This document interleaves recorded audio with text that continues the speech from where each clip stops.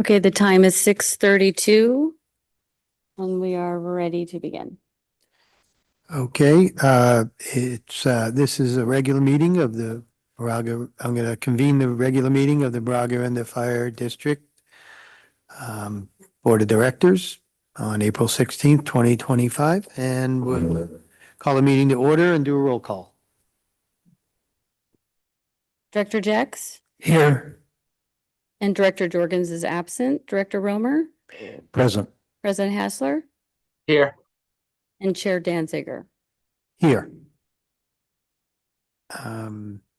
Okay, And would like to do the Pledge of Allegiance again, or since I think we already did it. I think we're good. So now I'm going to open public comment. Is open for any closed session items. and we do not have any hands raised and we do not have any public Okay, comment. thank you. I'm going to close the public comment. And now the governing board will adjourn to closed session and we'll begin our open session at 7 p.m. Thank you. And the time is 6:33. All right.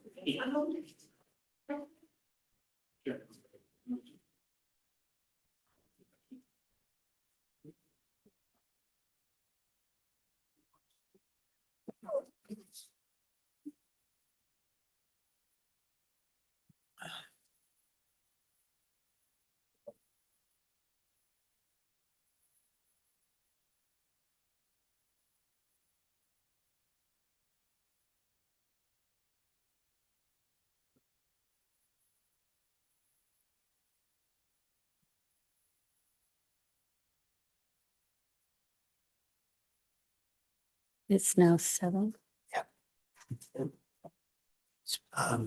The hearings, when we up there, where this, And the time is 7 o'clock. okay. I'm going to reconvene the regular meeting of the Moraga-Orinda Fire District Board of Directors on April 16th, 2025. I'll call the meeting to order.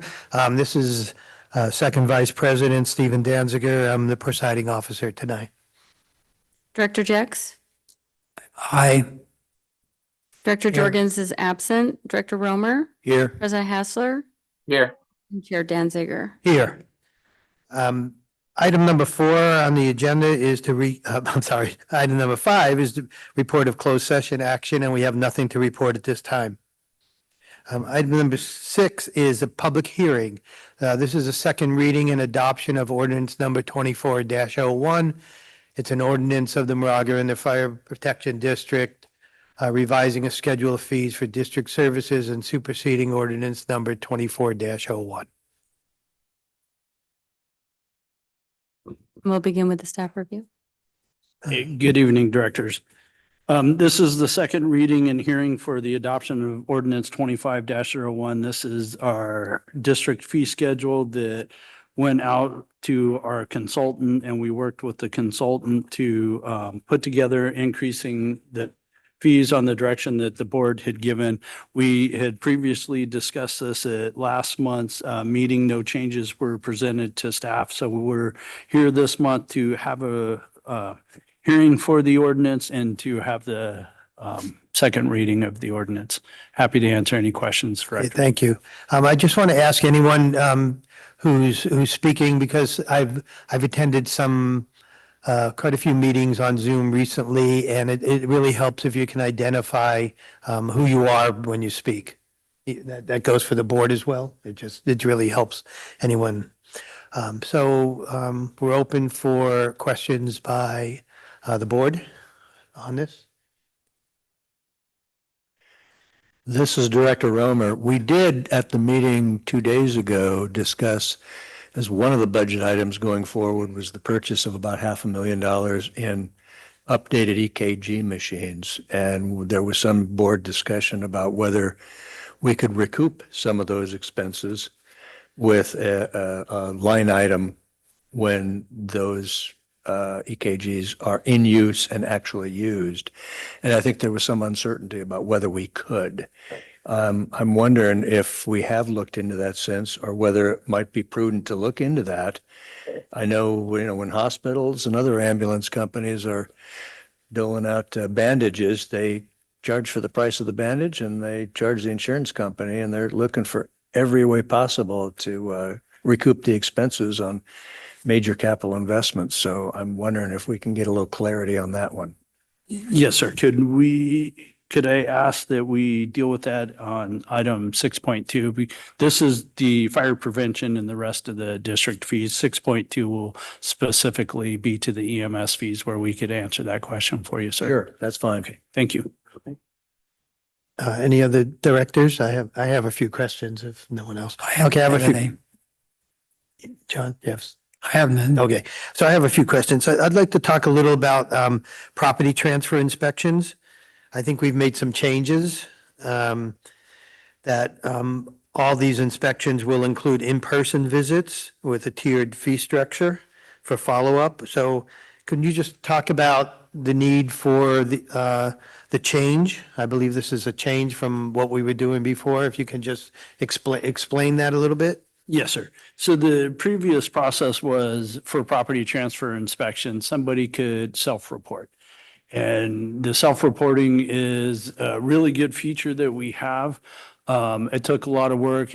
When we initially started it, the system would only allow 3 or 4 photos, depending on the size of the photos. So it was very hard to determine, were they fully compliant? Were they partially compliant? And I'm sure no surprise to the board, the homeowners weren't taking the best of photos and they were kind of intentionally leaving some stuff out in their photos. So how we came across this is we were issuing certificates of compliance based on photos.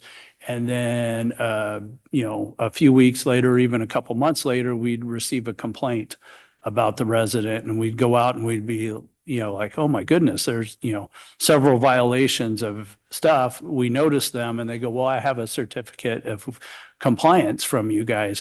And it was based on poorly taken photos. So what we found is even with the self-reporting feature, staff is still going out to these properties. So to streamline the process, to make it more efficient, any property transfer inspection staff inspector will go out to the property to review the property. The inspectors are being trained that, okay, if you go out to this property, we charge them that fee for the first inspection. If there's minimal violations, like, okay, this tree or this 2-foot non-combustible zone, we can take a picture at that point. We can advise the resident, this is something you can report self-compliance on now. There's, 2 to 3 violations. There's no need for me to come out. Here's the tree. Here's the violation. We have the picture beforehand, so we know what it looked like first. Looks like afterwards. If there's numerous violations, then self-reporting is not an option just because we will spend the staff time looking at photos, going back to them. Hey, can you take another photo? So based on the number of violations present and the what the inspectors determine is whether there will be a charge for a second inspection or not. Have we informed, that maybe after we do this tonight, we might want to inform like the Board of Realtors that we're going to, the new fee increase and the new process? Yes, sir. We have been working with them. Okay. We've developed great relationships with our local realtors. So we're in constant communication with them about the proposed changes, the proposed fee increase and everything else. Okay.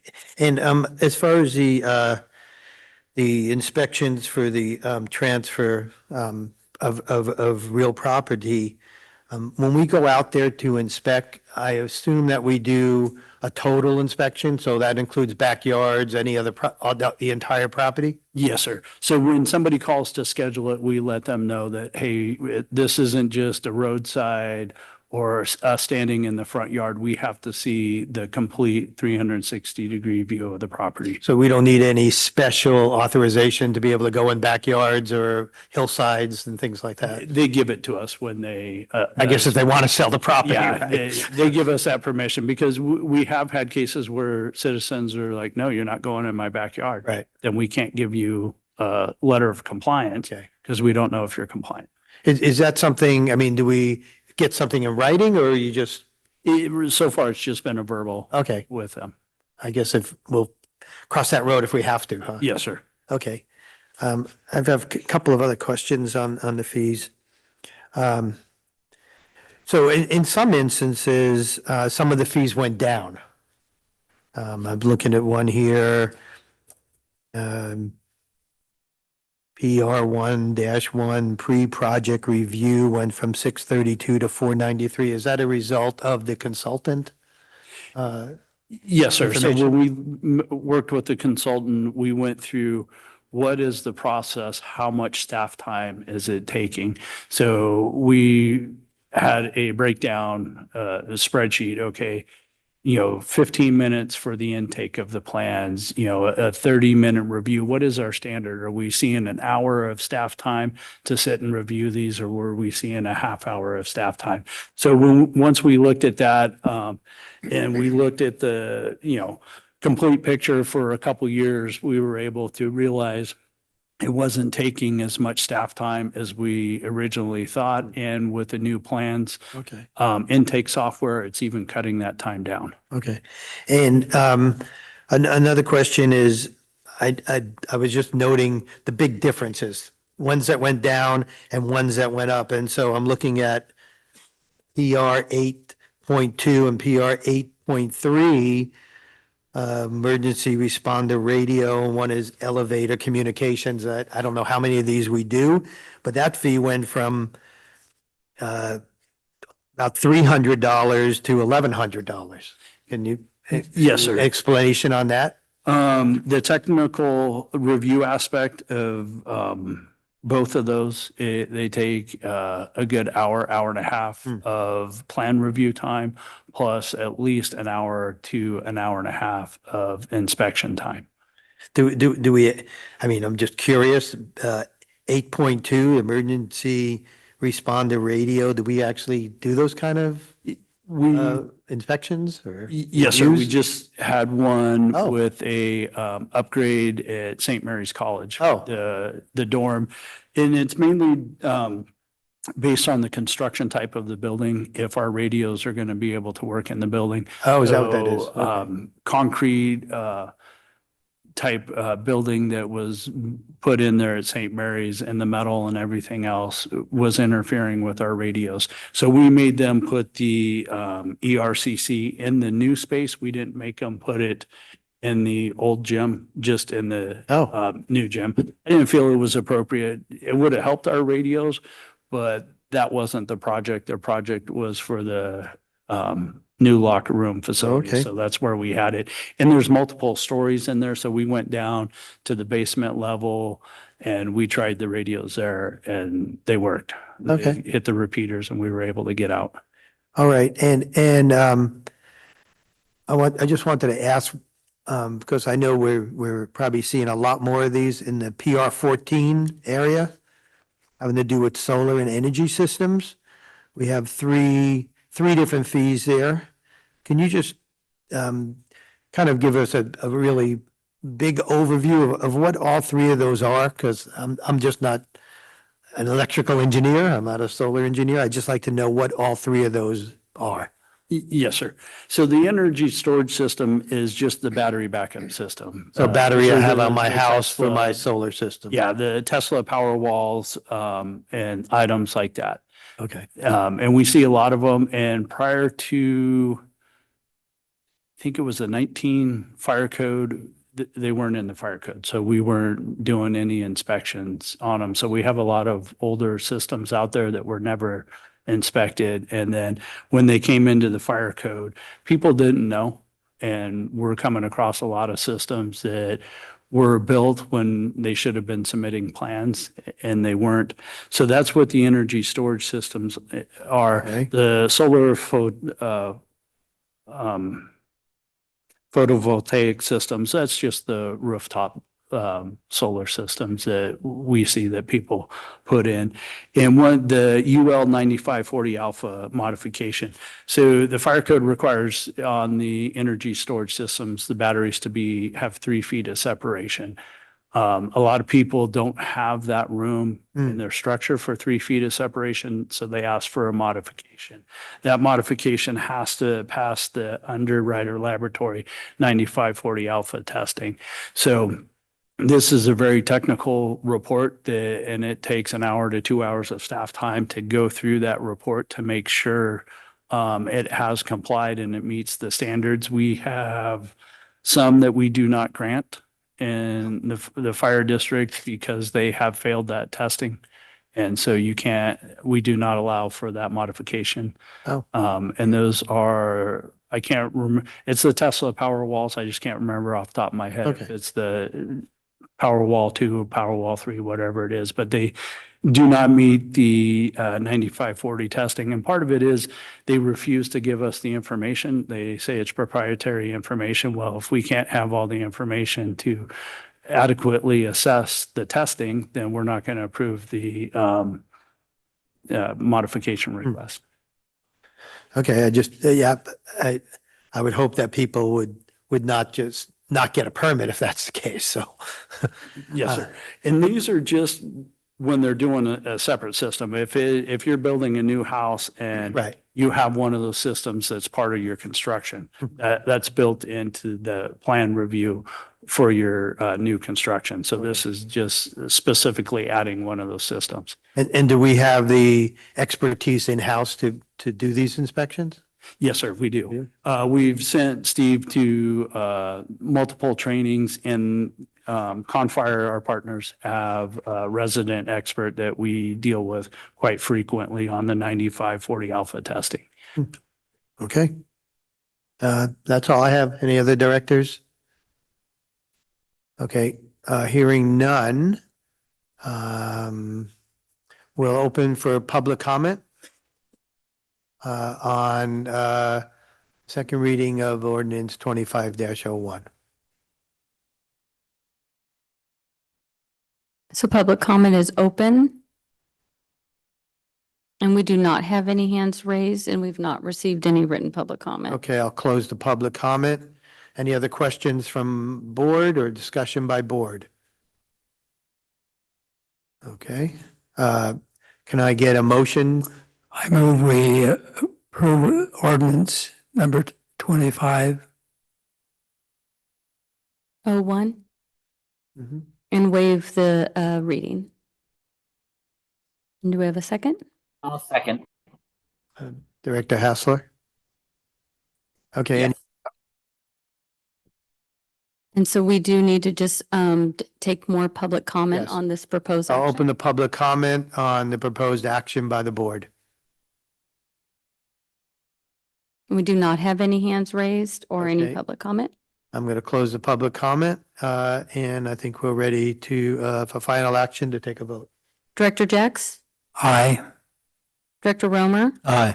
President Hassler, Aye. and Chair Danziger. Aye, motion carries. Okay, we'll move on.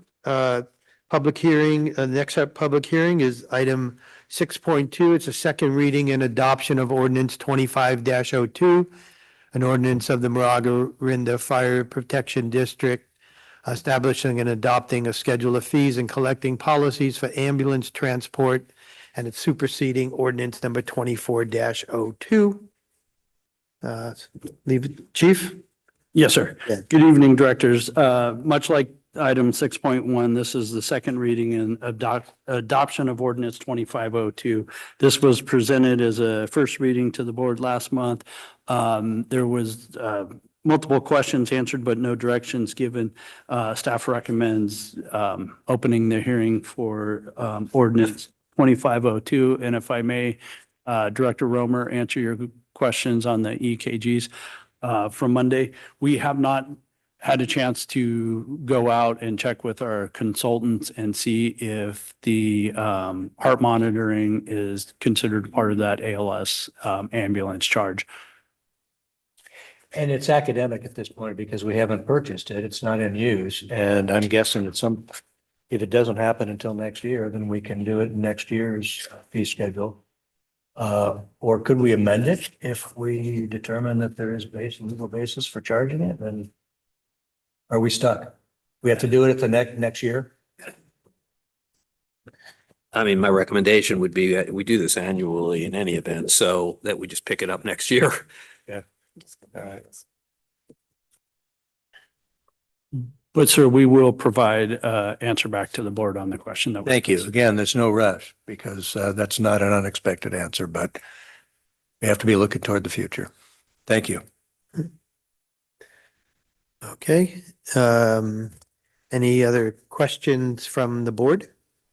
I have none. I would just say I was kind of surprised in reviewing this that we only really have 5 fees that cover everything having to do with EMS. It's surprising to me, but that's all. But I guess it covers it all. Okay, so let's open for public comments on the second reading and adoption of ordinance 25-02. And public comment is open. We do not have any hands raised and we've not received any written public comment. Okay, I'll close public comments. Any other questions or comments from the board? Okay, hearing now, I just want to say, good work on both of these new ordinances, and I think the consultant did a great job. I think it seems much cleaner and fee schedules seem better. So, okay, so how about a motion? This is Director Romer. I will move that we waive second reading and adoption of ordinance number 250-02, an ordinance of the MOFD district, establishing and adopting a schedule of fees and collections policies for ambulance transport and superseding ordinance number 24-02. I second the motion. Okay, we have a motion and a second. And I'll open public comment on the proposed action by the board. And we do not have any hands raised or public comment. Okay, I'll close public comment. We have a motion on the floor, so take a vote. Director Jex, Aye. Director Romer, Aye. President Hassler, Aye. and Chair Danziger. Aye. Okay, motion passes. Okay, next item is item 6.3 on the public hearings.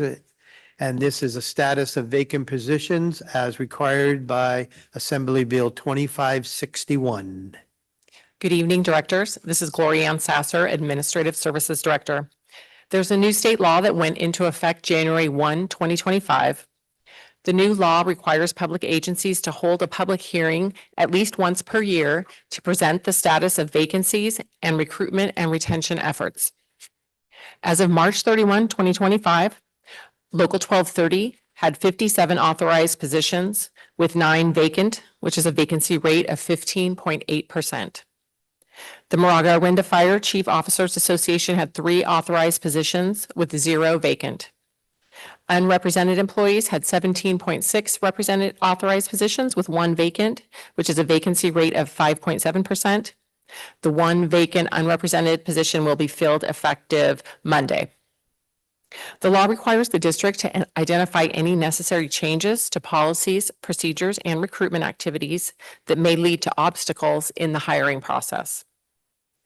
District staff completed 8 recruitments this fiscal year. Staff reviewed the policies and procedures and identified 1 change that will be made to reduce obstacles in the hiring process. For future recruitments for some positions, including firefighter paramedic trainee, and the new single role paramedic positions, the district will eliminate the requirement to provide a resume and cover letter. This will make it easier for people to apply for these positions and increase the number of applicants who qualify for the interview process. The law entitles recognized employee organizations to make a presentation at this public hearing. Both Local 1230 and Moraga-Orinda Fire Chief Officers Association were sent letters to notifying them of this public hearing. At this time, I would ask the chair to invite the employee organizations to make presentations if they choose. This concludes the staff report. All right, if there's any representatives of those organizations present or on Zoom that would like to make a presentation or comment, you're welcome to do it now. Okay. Come on down. Hey, good evening, Chair, members of the board, and fire administration. On behalf of Local 1230, Anthony Stevens, Vice President, we respect the opportunity to do so and make a presentation. We are not making a presentation tonight. Look forward to having that continued relationship and ability to in the future.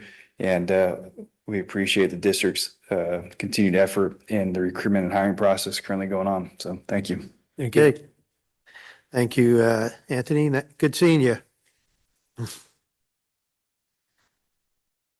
Okay, any other comments? Well, I don't know if I need, okay. So that was comments from local 1230. Any other public comments? Get open public comments to the general public. And so public comment is open, and we do not have any hands raised, and we've not received any written public comment. Okay, any further questions or discussion from the board? Okay, I just had one, just real small one, is that eliminating the resume and cover letter, to me, seemed pretty trivial. What was behind that? I was in personnel for a very long time and seems, I don't know. I'd just like to know what was behind making that decision. Right, so the district uses a software for the application process. And so any candidates that want to apply, they have to go on the website and they have to set up an account and they have to put in all their, name, address, work experience and all that kind of thing.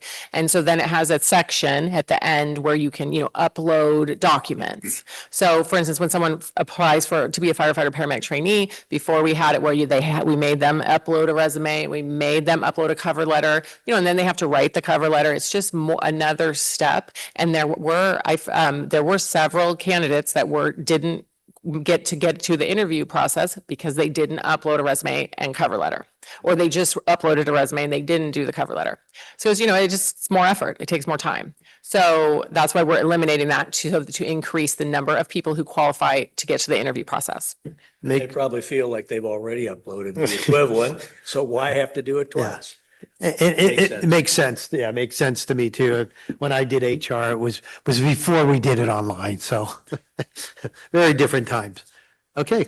All right, so let's see, we need a motion? I move we approve. We need a motion? We do not Oh, need you a want, no, this is motion. just a report. Okay. Okay, I'm going to close the hearing and there's no final action needed. Thank you for the information. Okay, we'll move on.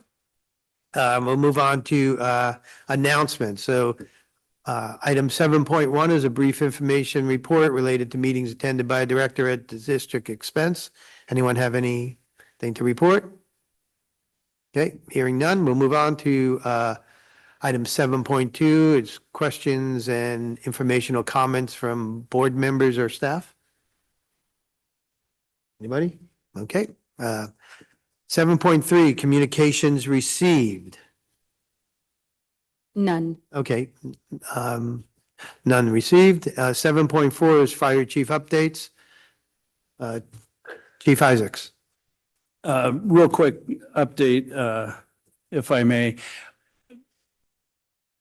Since the fires in Southern California in January, both the city and the town and the fire district have received a lot of questions and a lot of concerns by residents. So the town of Moraga is hosting a emergency preparedness and fire safety community meeting next Monday, April 21st at 6 p.m. at the Soda Center at St. Mary's College. Orinda will also host a wildfire community education night, April 30th at 6:30 p.m. in Founders Auditorium. The Moraga meeting will be Chief King, Police Chief John King, and myself will be speaking. And then at the Orinda meeting, Police Chief Rossi and myself will both be speaking. And the directors, there's an invitation from the town and the city who are hosting the meeting for the directors to attend. I believe Director Danziger, you're going to come on the 21st. Is that correct, sir? If any of the other directors wish to attend, please let me know. We have special seating for the elected officials. Is participation by remote possible? I will check on that, sir. I think the Moraga meeting on the 21st that it was going to be live streamed. Okay. So I just wanted to make the board aware of those two meetings come up. I think they're very important for the community and a chance for police and the fire to show our coordination and how we're working together and, put some of the fears and questions the citizens have. Okay. And then we can go into the finance report. Good evening, directors. I have a brief finance report this evening. We'll start with the strike team receivable update. So far to date for fiscal year 25, the strike team receivable is $1.7 million. We have received payments of $1.3 million. So the net receivable outstanding at this point is $387,000. And again, this represents estimated strike team activity to date. Next slide, please. Tunnel East Bay Hills financial update. The project budget. Question, hold on. Yes, I have a question. Oh, I'm sorry. Okay. How long is the 387? How long has it been outstanding? Yes, These are all for assignments since the beginning of this fiscal year, but these are probably the assignments that were later in the year, probably November through January. has there been some issue with it? No, in fact, we just received 2 more payments this week. We received about $300,000 in payments last month, so the payments have been coming in consistently. Thank you.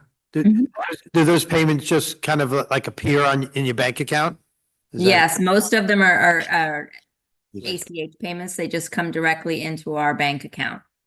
So you look at your bank statements every day and you go, oh, we got 300,000 today. That's exactly right. Look at the bank statement and then tie it back to which strike team assignment that was for. All right. Tunnel East Bay Hills, the project budget was $6.3 million. Through December, we had invoiced $6.1 million and received payments from CAL FIRE of $6.1 million. So there was no receivable outstanding. We had expenses paid, but not yet invoiced of $186,000. We just invoiced those expenses for the first quarter of 2025, and that closes out the grant. The grant ended on March 15th, and this will be the last and final invoice. Total expenses to date are $6.3 million, which is 99.5% of the total budget. And the final financial reports were submitted on April 14th, 2025. Treasury bill update. The district now has $20,720,000 invested in treasury bills. The treasury bill maturity dates are listed below. And staff will continue to project cash flows to determine the amount of reinvestment available when treasury bills mature. Other items, the interim audit was completed the week of April 7th. That concludes my report unless there are any questions. I did have one question. Can you go back to the other slide, the previous one, just a moment? Treasury bills, they're invested at different maturities, right? I mean. Right. Yes, that's so we have them laddered so that they mature some May, June, July, September, as you can see listed And then below. there's different maturities, like it could be, I don't know, 30 days, 60 Yeah, days. some of them are 3 months, some of them are 6 months. Yes. Yeah. In the future, could you put that on here? So Yes, I just can add it to the slide. long it, when it, maybe you could just say when it was invested and when it matures. Yes, I can add that to the slide. Okay, thank you. Mhm.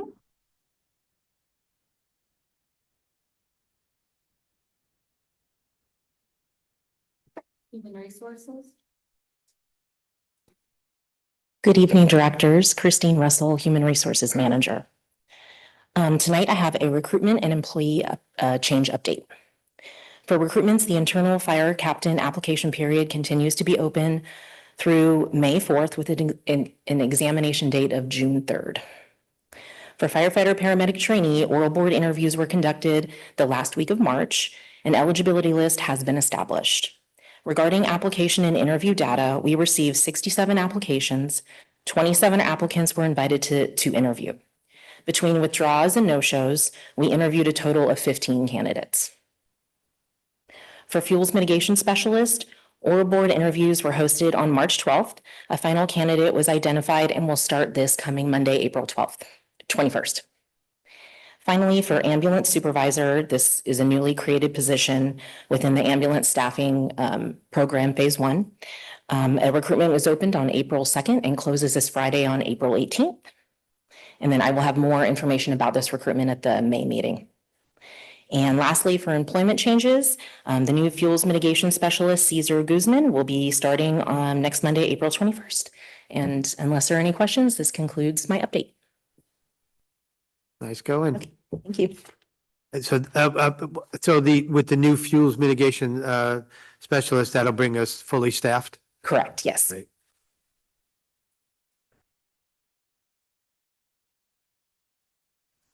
Fire Marshal, come on down.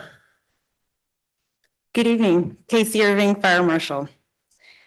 For the fire prevention report for March 2025, there has been a reduction in the number of open cases from previous years, now totaling 25.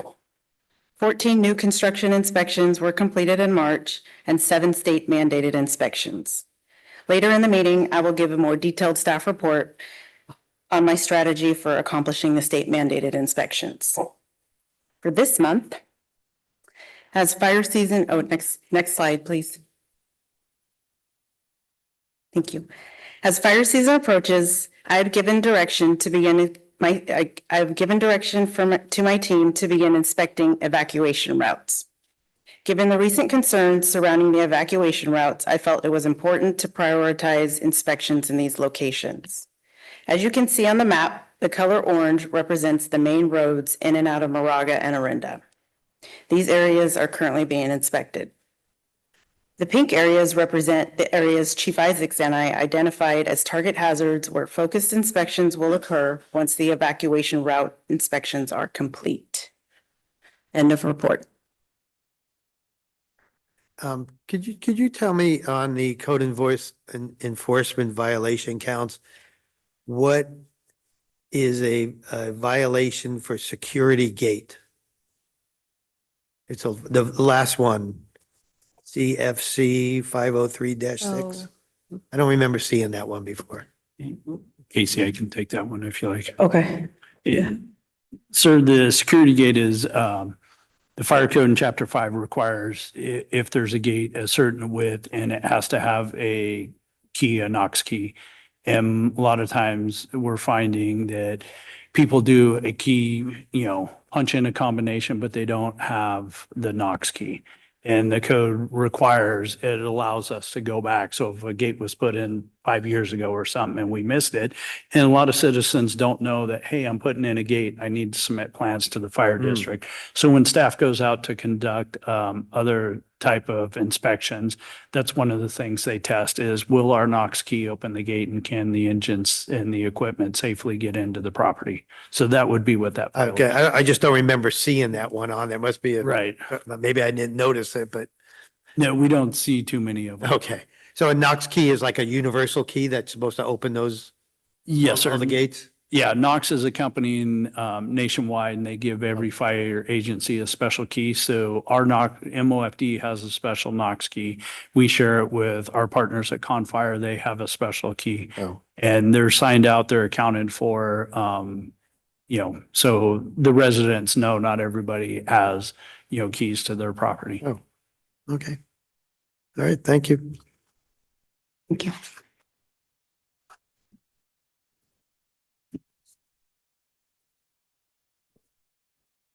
Good evening, directors. My name is Julie Sparks. I'm the Emergency Preparedness Office Specialist. I'm going to talk to you guys about the Home Hardening Grant Program.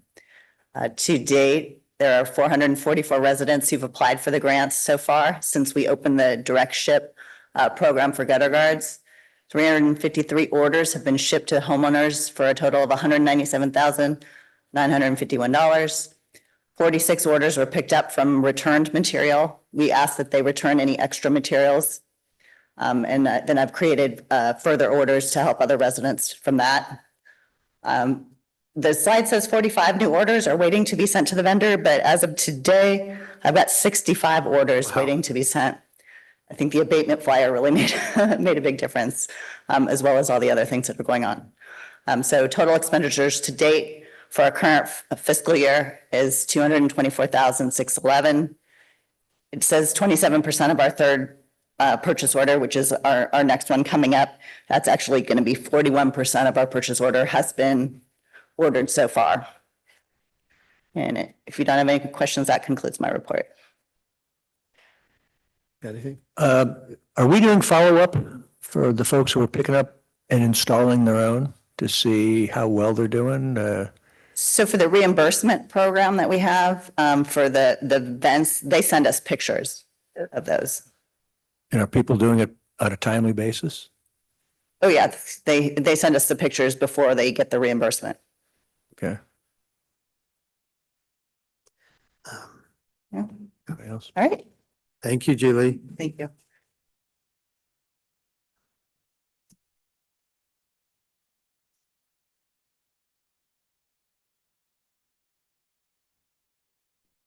Good evening, directors. Lucas Lambert. I'll be giving tonight's operations report since the last time we met. And I'm going to begin with a couple short videos here as we just spoke about solar. On March 27th at approximately 1650 hours, MOFD responded to a full alarm reported structure fire in the area of the Lost Valley neighborhood in Orinda. Upon arrival, crews encountered roof equipment with solar that had been manufactured and caught fire. As you can see, some of the early footage that was provided here. You can see some of the smoke from the solar and from underneath the eaves. Credit to the crews that were able to get a quick jump on this. Credit to the homeowners that were able to notice that something was wrong. It began with an odor, and fortunately they were home at the time of the incident. This is an example of a quick action by the homeowners, by the firefighters that were able to contain the fire to the area of origin and prevent any further damage, and limit it to where the fire occurred. They were able to isolate that area with the solar. Next slide.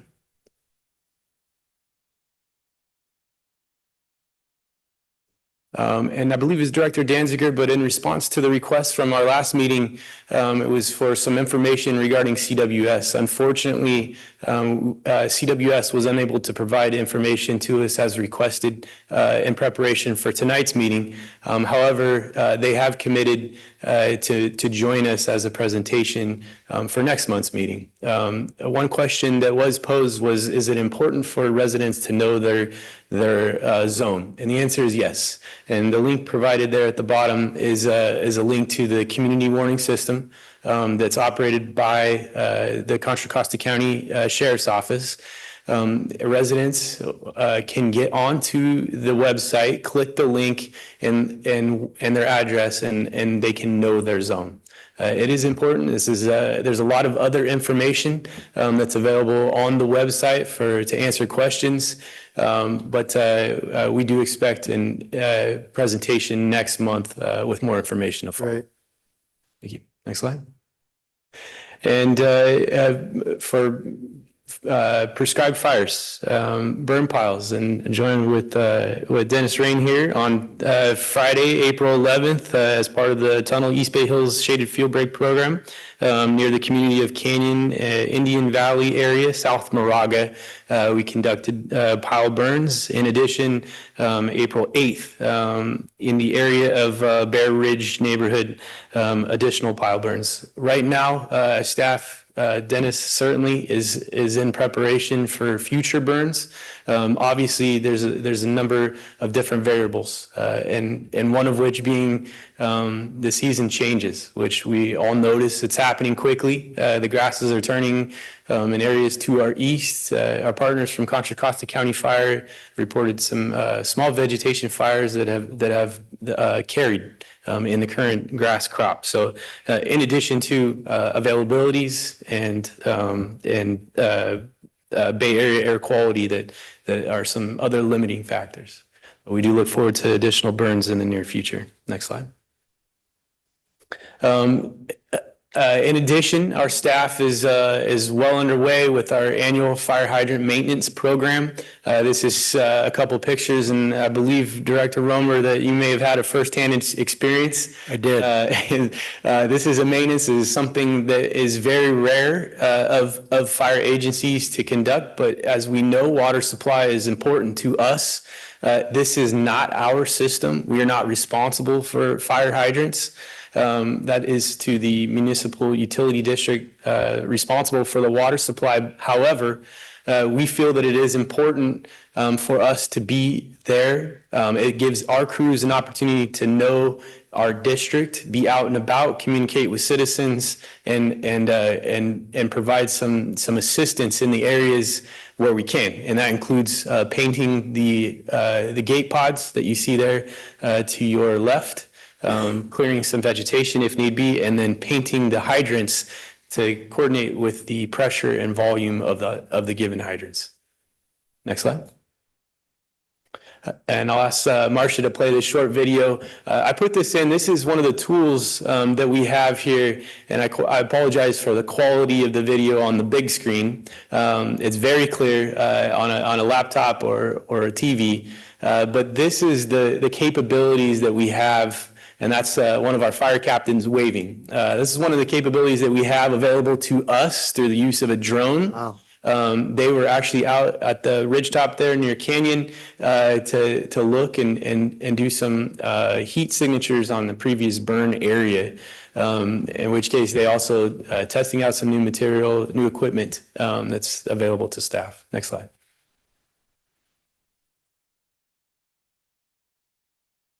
I want to add that early April, staff participated with the North Bay Incident Management Team as members of the East Bay Incident Management Team, a joint operation and training. It's a Type 3 incident management team, interagency of different disciplines. This is a simulated incident that involved a mudslide in Marin County. These are types of examples that staff is preparing and regathering as we enter into this changing season. Many of us are very familiar with the picture on the top right. That's the planning P.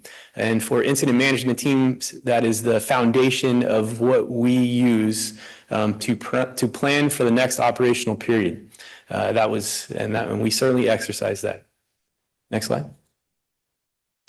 This is an incident that I wanted to highlight here. I'm unaware of the outcome. However, I am confident that staff was able to provide the person that experienced the critical emergency situation and call out, and we are confident that we gave that person the best chance of survival as possible. So I want to draw your attention to this timestamp here. So this happened in a remote area in Moraga, as I believe it was a hiker in the area that suffered from a cardiac arrest. And 911 was activated to include a number of different resources from different areas.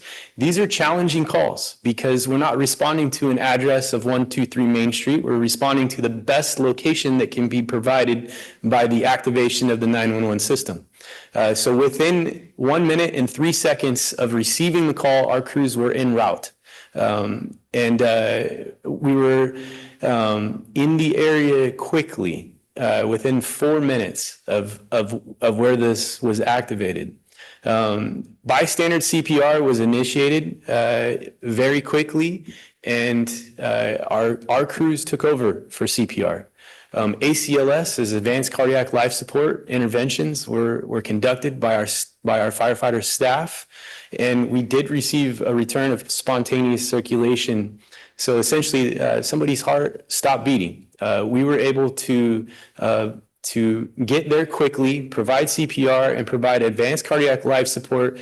In exchange, we did receive a return of pulses on scene. That crew immediately, once stabilizing the patient in the field, immediately transferred that patient to John Muir Medical Center. And again, I'm proud that we were able to provide this person, although they experienced a very severe situation, the best chances of survival considering the situation. Next slide.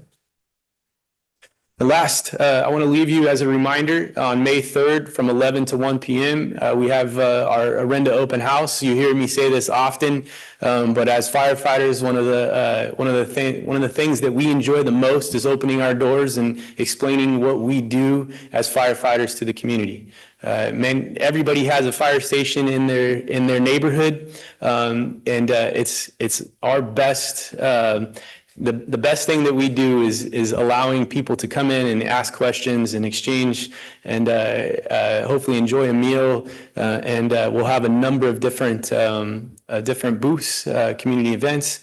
I know Julie and Casey and their teams have been very busy of providing liaisons and inviting different PSAs to this event so that we can inform the community as well. Any questions? This concludes my report. Do we do fill the boot at this one? No, sir. No fill the boot. No fill the boot at this one. Well, thank you. Okay, thank you very much. Directors, if I may, Marcia, can you go back to the first slide, please? Since we were talking about energy storage systems and the photovoltaic systems, I wanted to point out a couple things that were on that first slide in the fire. So you see the solar panels on the roof, but if you look down on the wall, there's two battery systems there. That is an unpermitted energy storage system. It's not 3 feet apart, but there's also violation with all the combustible material that are right near the batteries. So what staff is going to have to do here is, sensitive to the homeowners who had smoke and fire damage and are, having to pay to have stuff repaired, but we've seen this, we know about it now. So now it's up to fire prevention to go out to educate the homeowners that they're going to have to submit plans. The plans for their battery storage system are going to have to comply with the code. They're going to have 3 feet of separation between the batteries, and they're going to have to remove the other material that's next to those. So I just thought it was appropriate with the earlier discussion to show one of the things that we look at. On the roof, that's not solar cell, is it? It's a new, I shouldn't say new, it's been out for several years, but it is a type of solar that is on the roof. It's not the traditional panels that you can see. Yeah. That's all I had, directors. Thank you. Thank you. And this slide just shows our upcoming events, and we're all looking forward to the open house on May 3rd. Okay, at this time, I'm going to open public comment on the announcements, items 7.1 through 7.4. And so public comment is open. And we do not have any hands raised, and we do not have any in-person public Yeah, comment. close public comment on those items. And now I'll open public comment for any items not on the agenda, but within the jurisdiction of the board. And we did receive one written public comment that was forwarded to the board and is posted on our website from Sandy Pearson. Mhm. I think we all got that one. Yeah. And so we do not have any hands raised or in-person public comment. Okay, I will close public comment. Okay, next, item 9 is our consent agenda. Does any director want to pull anything off the consent agenda? And before we do that, should we go ahead and open the public comment on the consent agenda items? Sure. So public I'll comments, open public comment on consent agenda. we do not have any hands raised. Okay, 9.1 through 9.8. Okay, hearing none, we'll close public comment. Does any director want to pull any of these items, 9.1 through 9.8? Okay, hearing none, can I get a motion? I move we approve the consent agenda. Okay, we got a motion. How about a second? I'll second. Okay, correct that. President Hassler? All right, Director Jex, Aye. Director Romer, Aye. President Hassler, Aye. Chair Danziger. Aye, the motion carries. Okay, item 10 is our regular agenda.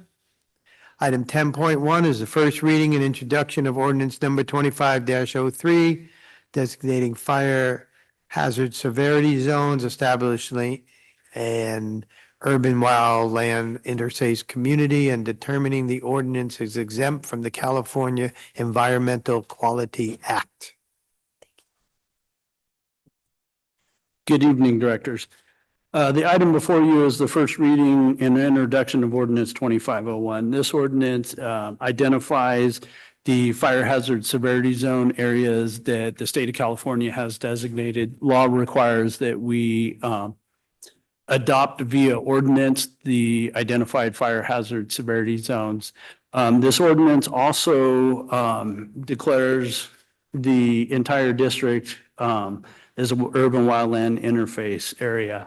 Back in 2020, when we worked on the adoption of the fire code and the fire hazard severity zones in the wildland urban interface fire area, we took the 2007 maps and the 2009 maps and identified very high and high as a wildland urban interface fire area specifically for the requirements of building construction and new construction. That is the ember-resistant building requirements that are found in the California Building Code, Chapter 7A, and the Residential Code, Section 337, and Fire Code, Chapter 49. Starting January 1st, 2026, all those sections of those three codes will now be rolled into what is called the California WUI Code. So because of the state coming out with new fire hazard severity zone maps, it changed our WUI FA area. I worked with district council and we looked at the existing laws. Both the city of Orinda and the town of Moraga are listed as communities at risk from wildfire. That designation through state legislation requires them to be wildland urban interface communities. And the Health and Safety Code 13108.5 requires the ember resistant, the more restrictive building restrictions in those designations. So this ordinance does two things. It adopts the fire hazard severity zones as we are required to do by state law. And it also identifies the new wildland urban interface areas for the purpose of building construction. This has nothing to do with zone zero. So we've received a lot of questions and comments that, oh, you're doing zone zero. This is not zone zero. I want to be very clear. This is for building construction and new construction. This isn't somebody I'm remodeling my bathroom and now I'm going to have to comply with the more restrictive building standards. No, this is for new construction throughout the district. Based on our old WUI FA designation, there's only a small portion of both the city and the town that will now have to comply with this designation and what we see in the building code, and we'll go to the WUI code. Happy to answer any questions that the board may have. Directors, any? I know this is another thing that you brought up at the meeting, at the budget meeting 2 days ago. I'm hearing some other voices or something. What is that? It's the radio. Oh, okay. It's my hearing aid is picking it up, I think. Okay, got it. Okay, go ahead. For the benefit of anybody listening in or present who wasn't able to attend that meeting, it's your assessment that by the end of the year, the State Board of Forestry is in essence going to establish wildfire severity zones that cover most of Orinda and Moraga. Is that a fair assessment? What the Board of Forestry is going to do, sir, is they're going to create Zone Zero, the regulations for the defensible space within the first 5 feet of the home. We know state law And the governor's executive order has directed the Board of Forestry to do this. January 1, 2026, Zone 0 regulations will take effect in the very high fire hazard severity zones. We will have to determine if we want to apply those regulations in any of the other zones within our jurisdiction. I know that at the last minute, two residents sent in a couple of letters just around 3 p.m.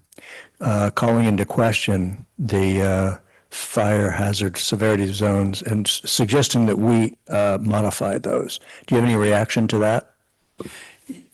Yes, sir. We chose not to modify the zones, and there was some changes, not just areas that were previously not, say, very high that are now very high or higher moderate, but there were areas that came out of a designation as, being unmapped, if you will. We've asked CAL FIRE why, what the changes were. They refused to answer those questions. So staff just felt that let's take the state maps for what they are. And, I think there's probably some issues with the state maps. If we look at our partners to the west, that very high is just a couple miles. It's not that deep into the community, but for all of us who remember the tunnel fire, we know that fire went deep into that community. So is that an accurate assessment of the hazard? And, it's not a risk, because we have to remember risk and hazard are two separate things. Correct. And what the modeling used by the State Board of Forestry for the Zone 0 is based upon climate, weather, topography, terrain, vegetation. It's not based upon an assessment of individual parcels, because that's just not impractical to do for a long period of time, right? That is correct, sir. So, in response to the two letters from our local residents, who were both very well respected, and one of which actually does modeling, you have to model based upon the hazard to the fire. And the insurance companies are continuing to take into consideration a lot of other factors on the individual parcels. But that's not something that we can step in and say, MOFD is prepared to take into consideration risk as well as hazard, right? That's correct, sir. Okay. That's all I have. Okay. Yeah, I had to, just to echo what Director Romer said, I had similar questions on the maps. Professor Rodkey and Steve Cohn presented some of them, and I was thinking the same thing. But I'm hearing you say, so for instance, I'm just taking from one of the comments that we had, correspondence, saying that part of Miramonte was very high and part wasn't. I mean, so your feeling right now is that's okay.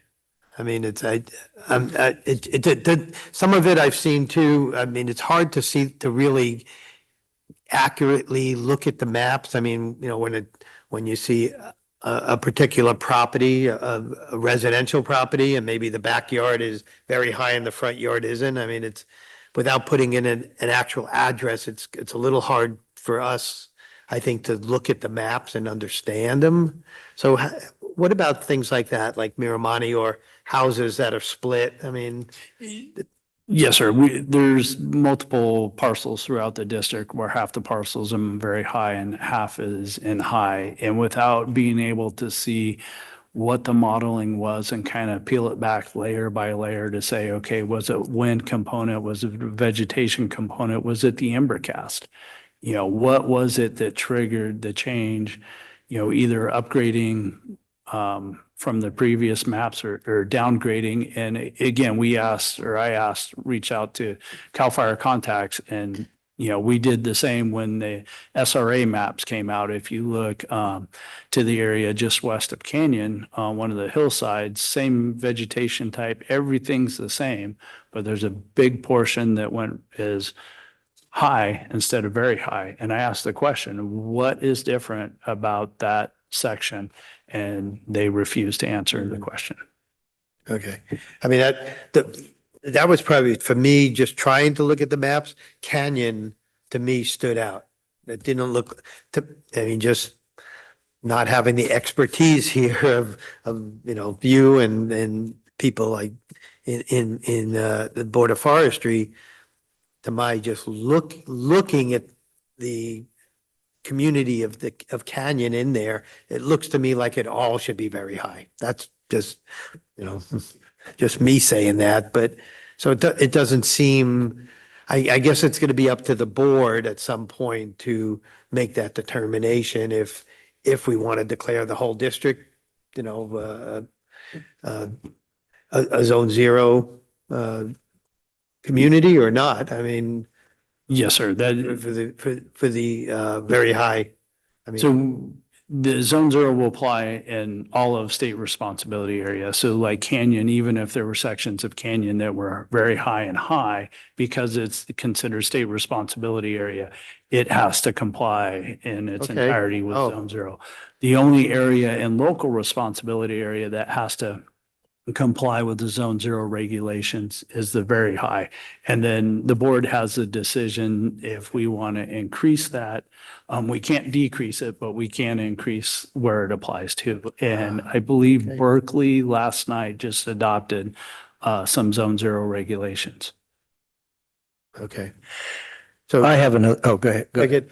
get, so I just want to make clear today, if we approve this first reading, we're only accepting the maps as presented, right? No change. I mean, I'm sorry. sir. I'm sorry. So tonight, what we're looking to do is just to accept the maps that were presented. Yes, sir. The ordinance does two things. It accepts the state maps at a first reading because the state law requires that we do that. Even if we disagree with the state Right. maps, as some of our residents have said, hey, don't do this. We don't have the choice to not do it. We have to do it. And the second thing the ordinance does, because the maps changed the old 2020 WUI FA, we're designating the whole entire district a wildland urban interface for the purpose of new construction to comply with the ember resistant construction standard. Got it. Well, this is actually also a determination, we're making a determination that this ordinance is exempt from the California Environmental Quality Act based upon the emergency of the wildfires happening throughout this state. Council, is that also include a categorical exemption? We know we need to make these findings carefully and have a record of this because the courts have recently upheld litigation that we went through and determined that we had both a categorical exemption and an emergency exemption. So that's an important part of this finding, correct? Let me see if Ruben is on. If he can respond, otherwise I will, if he's not. Yeah, I'm happy to respond if everyone can hear me. Ruben Cruz with the Ready Public Law Group. Short answer to the question is yes, the CEQA exemptions include the statutory emergency exemption. There are also categorical exemptions for protection of natural resources and the environment. And then as far as the designation of the fire hazard severity zones as recommended by the state fire marshal, that is a ministerial exemption because there's no discretion. Those have to be adopted as such.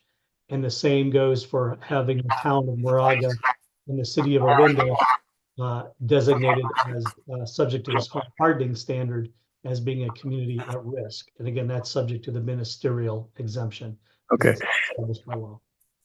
Are we also able to incorporate by reference all of the work that the state of California has done up to this point in their modeling as part of an administrative record? I don't think it's going to happen again, but if we were ever subject to litigation again, it seems to me that we're even on more solid grounds than we were before at making the determination that the state and national emergency that we're going through right now constitutes an exemption from the California Environmental Quality Act.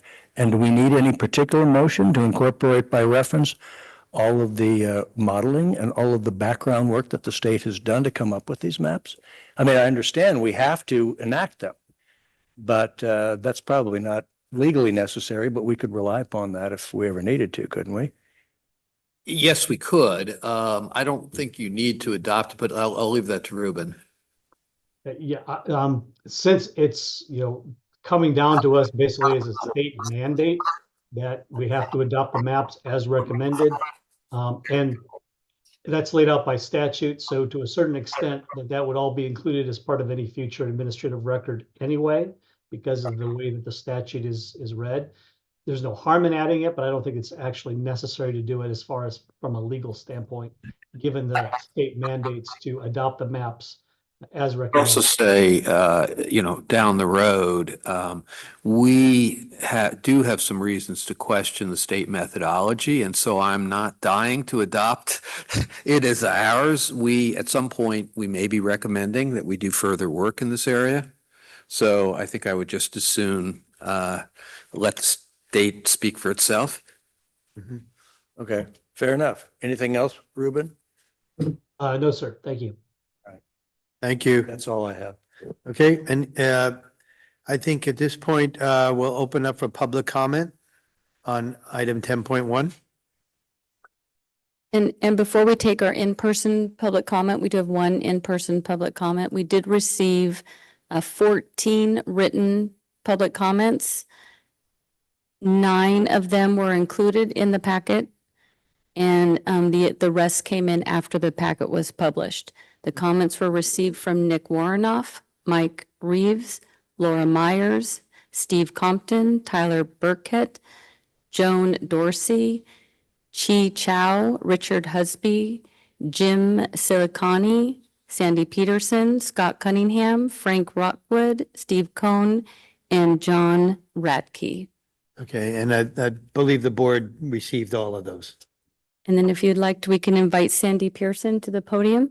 Okay, come on down.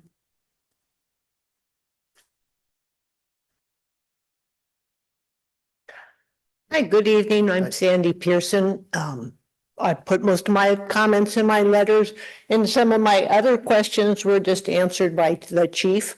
But I did find this map a little puzzling as to why so much of Orinda had been left out, knowing what we know now about ember cast and, what happened in Altadena, how the fire spreads from house to house. So it puzzled me that so much was white, but it sounds like I'm not the only one asking that question.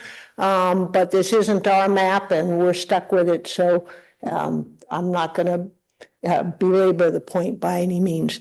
But I would put in my letter but I just read today, somebody whose house was burned up in Altadena saying that it was not considered a high risk area. So I just don't know how much stock to put in these maps. And I think it's far better to err on the side of, caution. I understand now that Zone 0 is not connected with this, but it sounds like the board is interested in applying that district-wide, and I'd sure be supportive of that. All right. Thank you for your comments. I'd like to respond if I could. Go ahead. Sandy, thanks for your comments. I agree with you entirely. I also was puzzled. My own home appeared in a white zone. It's not in even a moderate zone. And I have talked to a number of my neighbors who are also not in a zone, and I've cautioned people that that almost creates a false sense of security, because we know there's no 100% certainty that in an ember fire, any particular house is going to burn. We know there's not a 0% possibility. There is a range. And whether we are in a very high, a moderate, or in a non-designated zone, we all increase the probability of our own home and our neighbor's home surviving if we comply with a zone 0, a non-vegetative zone 0, and we do all the other things in addition. So I would echo your comments and caution everybody that you're not out of the woods, so to speak, just because you're not in those 3 zones. And one thing I would just point out about the methodology, and there are many complex issues we won't get into tonight about the state's methodology, but I think most critical in understanding it is the methodology treats buildings as non-burnable. And so what you're seeing as a general pattern is they're looking at vegetative coming into, up to the community, but they're assuming basically because the buildings are non-burnable, because we all know buildings are non-burnable, that it isn't going to go through the community. So I would just caution, you know, as has been said, it is what it is, but that doesn't mean it's the last statement by any means on risk. And I also encourage people to do what I have done, which is start walking my neighborhood with the particular maps in mind. And the more I do that, the more I have a grudging respect for what they've taken into consideration. Because some of those red zones basically mirror where a steep ridge juts from the Lafayette Reservoir area, which is filled with flammable fuel, natural fuel, but it's fuel. And that red zone kind of goes along that ridge. And if you use artificial intelligence to do a study about how fire behaves, it races up a steep hillside, particularly canyons. And those maps reflect that. So we can all make criticism. I'm sure that they're subject to improvement, but as I walk our community and I look at the individual distinctions between the very high, the high, and the moderate, I see why they've made those maps. So regardless, so I'm going to grant grudging respect to all the people who put a lot of work into them, because I do think, with that caveat, that, you know, buildings can be changed. They can be taken down. They can be built up, and they're not trying to take into consideration the temporary fuel that we have imposed upon our community. They're looking at the stuff mostly that's unchangeable, and that's topography, among other things, and weather and climate and wind and all the way those dangerous things interact with each other. Anyway, that's all I have to say. Okay, any more public comment? We do not have any more public comment. Okay. Yeah, Yes. come on up. And no, you do not. If you can just state your first and last name for the record. My name is Laura Myers. I submitted one of the written comments several weeks ago. I would, I guess, caution to accept the hazard maps, and I know very little about kind of all of the process, et cetera, but when you look at the geospatial modeling, the gradations almost just look like they've been smoothed over a large geographic area. And so the very high goes to moderate over really only like 50 meters, which really doesn't make sense on a very, very hyper local level. So I think that there are some things that we could push back on from the methodologic standpoint. There is parcel by parcel climate risk data out there, and I would imagine CAL FIRE would be using it. It's the CoreLogic or Cotality data set, which I use in my work. And so I think. You sound like you're a student of John Radke. Are you? No. And so I think by accepting the maps as they are without really formally pushing back, it is, I think, short-sighted. And I'm a little confused why we have to accept them tonight if we don't necessarily agree with them or understand them or haven't gotten enough feedback from CAL FIRE. You have a state mandated deadline. That's one of the reasons. Is that 120 days? Yes, sir. Yeah. And then, got it. But then if that's the case, though, then why, if we have to adopt them, then why have public comment? If it's a mandate, it's a mandate. You know, it's just confusing the kind of the process of all of this to communicate with the public. And then lastly, the concern, of course, in the long term is that insurance companies are going to see this, and if fire departments have endorsed it, then potentially, and I know they have their own kind of risk assessments, but still, if fire departments have endorsed something, then potentially they could, come back and drop more insurances, et cetera, which is obviously something that the Orinda community is feeling right now. Great comments. I'd like Go to ahead. respond. The insurance companies aren't looking for our leadership.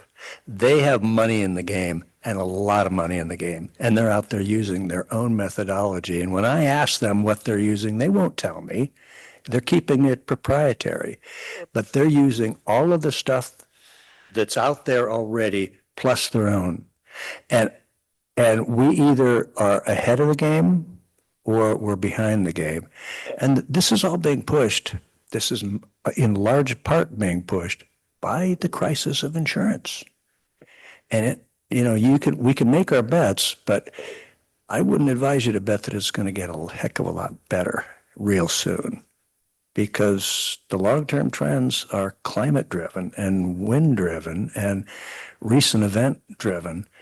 And again, we can take into consideration a certain level of parcel by parcel analysis in later things that we do. And that's going to be a big decision for us as to whether we extend a zone zero requirement past the very high fire severity zones, including maybe even moderate and non-zoned areas. And the big question for us at that point is to ask, how responsible do we want to be to the community by really providing a carrot and a stick for people to make this community one that we continue to be able to get insurance and be able to sell our homes and for people to buy homes. So I appreciate your comments. They're all good comments, but we got some tough decisions to make. And I think, by and large, those maps there's a lot of work been put into them. Thank you very much. Sure. Thank you. Thank you. Directors, can I add a couple additional comments?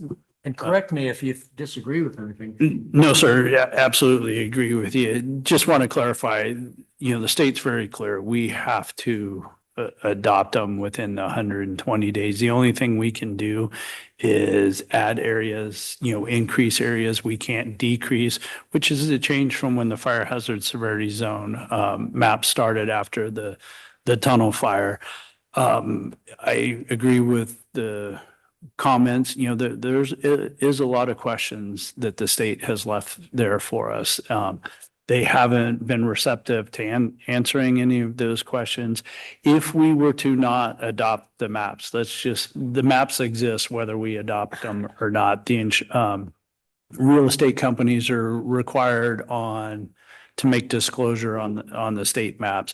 The maps also affect the general plan, the housing elements, the local hazard mitigation plan of both the city and the town. So if we didn't adopt the maps, we would put our partners in kind of a pickle by not having maps, and we'd almost force them to go adopt them because these maps trigger certain things within their general plan.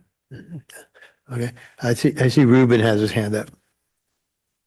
I just briefly wanted to note that with the adoption of the maps, the district is still able to adopt additional restrictions that are more restrictive for purposes of fire and public safety. So that can all happen in the future, as the fire chief has indicated. If the board wants to consider adopting a zone zero requirement district-wide, that is still available at a future date if that's the board's discretion. Okay. Thank you, Ruben. Yeah, thanks. Okay. Any of the public comments? Or? We do not have any more public comment. Okay. I'm going to close public comment on item 10.1.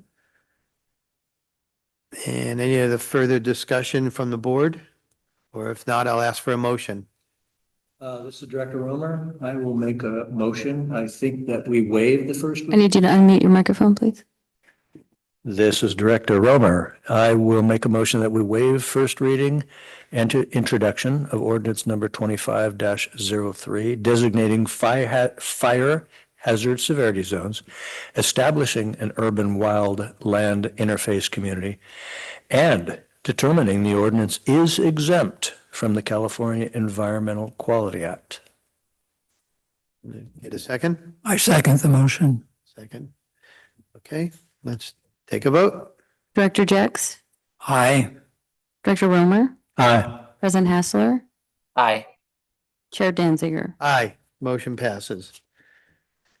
Okay, we'll move on to item 10.2 is the Tunnel East Bay Hills Fuel Break grant update. Good evening, directors.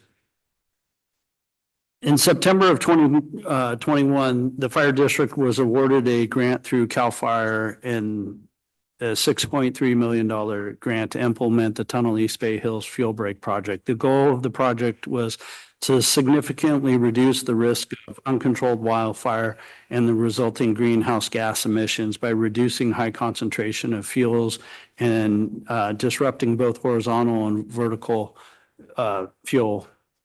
The grant funded treatments were designed to return fuel loads to a more natural and sustainable levels that can be maintained over time through the periodic use of prescribed fire.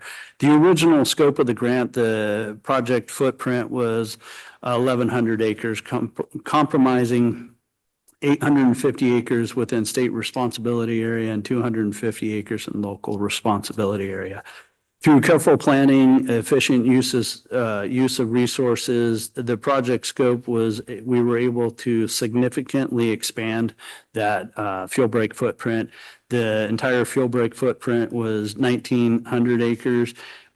Treatment acres was over 3,000 treatable acres. And that's treating some of the same work areas multiple times, the first and second year treatments. We did have some leftover funds. The plan was to expend every dollar, but based on weather and air quality dates, Dennis wasn't able to get the crews out there and burn the piles like we thought. So we didn't spend $32,000 of the grant, and that was due to stuff that was outside our control.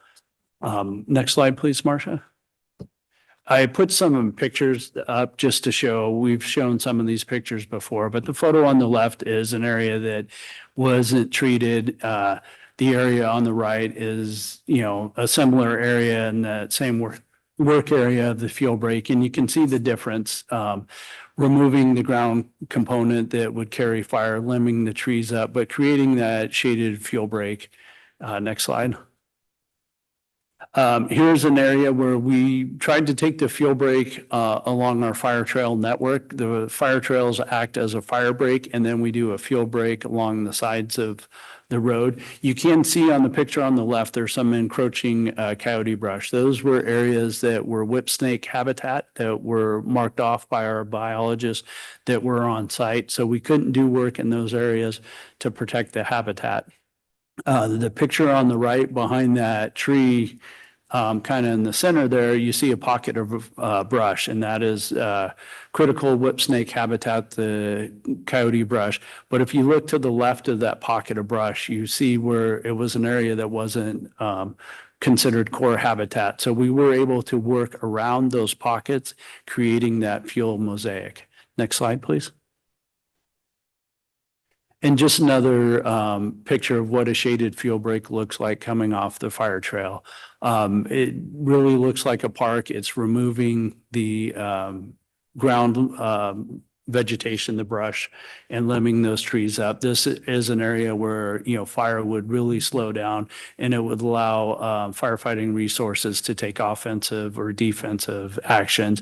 We plan to maintain these areas with pile burning, as the vegetation starts to grow back. After the first year, we had that real heavy winter, and we saw a pretty significant regrowth of material. So it's one of the things that we're going to have to really pay attention to. And get back in there to maintain it with pile burning and prescribed fire. We are also monitoring the state grants to put in additional grants to fund maintenance on both this fuel break, the Tunnel East Bay Hills fuel break, and the Moraga-Orinda shaded fuel break. And next slide, please, Marcia. And just one area, that tree, that big tree there, it was one of the trees that was dying and could come down, but we left it as a habitat tree, trying to protect the natural resources out there. So there were areas where we did leave some dead trees as habitat trees, but you can see the shaded fuel break again, how it comes off that fire trail. Next slide. And that concludes the end of my report, directors. Happy to answer any questions that you may have. Directors, any questions? I have one. You mentioned the possibility of grants for continue maintenance on the fuel break, I guess this one and the North Orinda shaded fuel break. Any chance we would be eligible for county Measure X funds for these? Yes, sir. We can absolutely put in for those as well. And we were using Confire Crew 12, the pile burning portion of this project. Grant funded, not Measure X funds, but we can do that. Is Measure X funding, is that always available? Is it, or is it an open, do you know about it? I don't know that much about it. I know what it is, but I don't know if the time for applying is always open, or is it, how does it work? I believe that it's always open, sir. Oh. So we could apply for it. We've used Measure X because we've pushed it through, the city and the town and the residents to use that funding. And I know I've talked to the fire marshal for Confire, who kind of oversees it, and I was told, hey, slow down, you guys, we were the ones that knew about it and really jumped on and started getting the funds. And they were telling us that we needed to kind of back off a little bit and give other folks an opportunity for the funds. But it is a avenue for us, sir, to go in and work on maintenance on the fuel breaks. All right. Any other comments from directors? Okay. I don't think there's any action required here, so We can open up I will public open up comment. for public comment Public comment is open.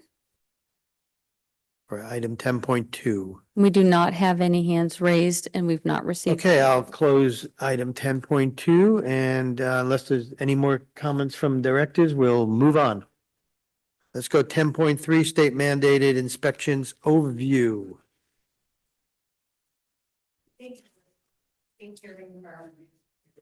What are state mandated inspections?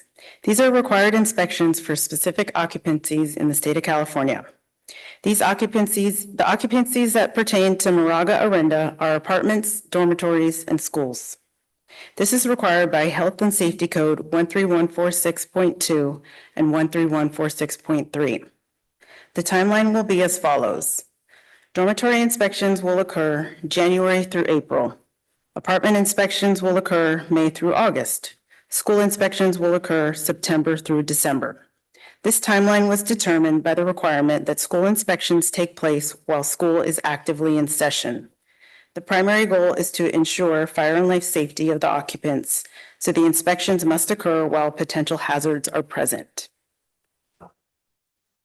For dormitories, the initial inspections are complete for 2025. So the expectations are already established for the next year.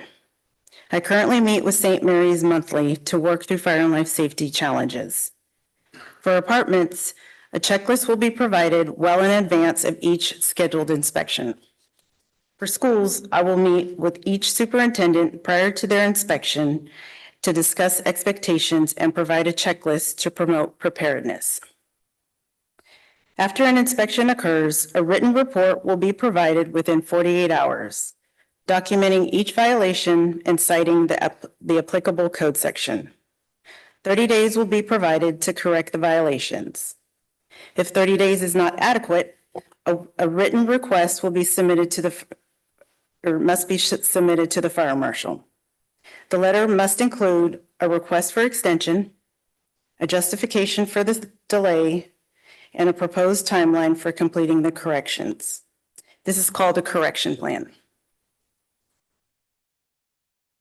I will determine if the correction plan is reasonable and acceptable.